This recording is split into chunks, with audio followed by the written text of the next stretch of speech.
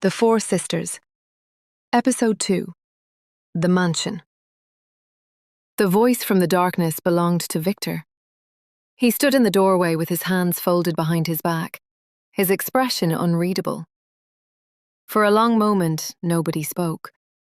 The computer screen illuminated the room, exposing the files they were never meant to see. Project Bloodline. Years of observations, psychological profiles, records of every major event in their lives. Victor looked at the screen, then at the sisters, and smiled. Not because they had discovered the truth, because he expected them to. Unlike the fear they anticipated, Victor showed no anger. Instead, he seemed pleased, almost proud. The sisters didn't understand why. To them, they had uncovered evidence that they had been watched for years.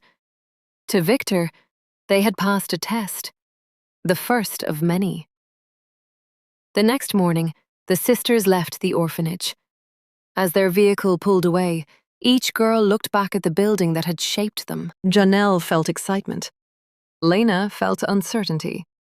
Onique felt suspicion. Alliah felt nothing at all.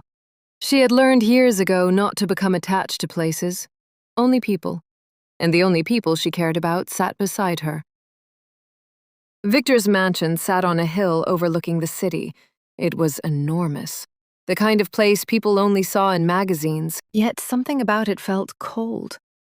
The marble floors, the endless hallways. The security cameras were placed in nearly every corner. Nothing about it felt like a home. It felt like a fortress, or perhaps a prison with expensive furniture. The sisters were each given their own bedrooms. For the first time in their lives, they would sleep separately. But that night, all four ended up in Allie's room. Old habits were hard to break. During dinner, Victor studied them carefully.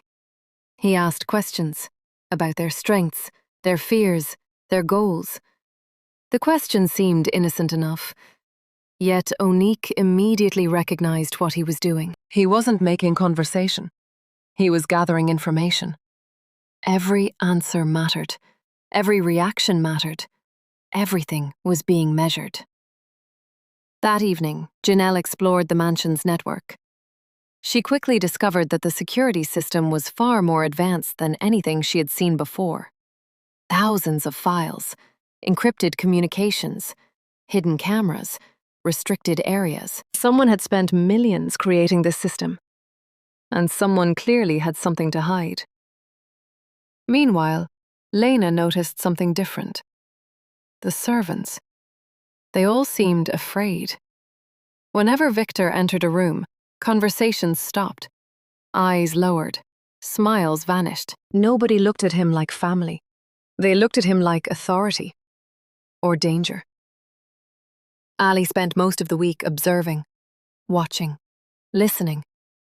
She trusted very little, and Victor least of all. One afternoon, she wandered into a restricted section of the mansion, a hallway lined with locked doors. One door stood out. Unlike the others, it carried no label, only a fingerprint scanner. Something about it bothered her. The feeling stayed with her long after she left. At the end of the week, Victor gathered the sisters together.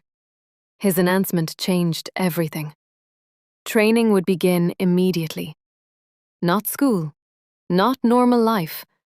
Training.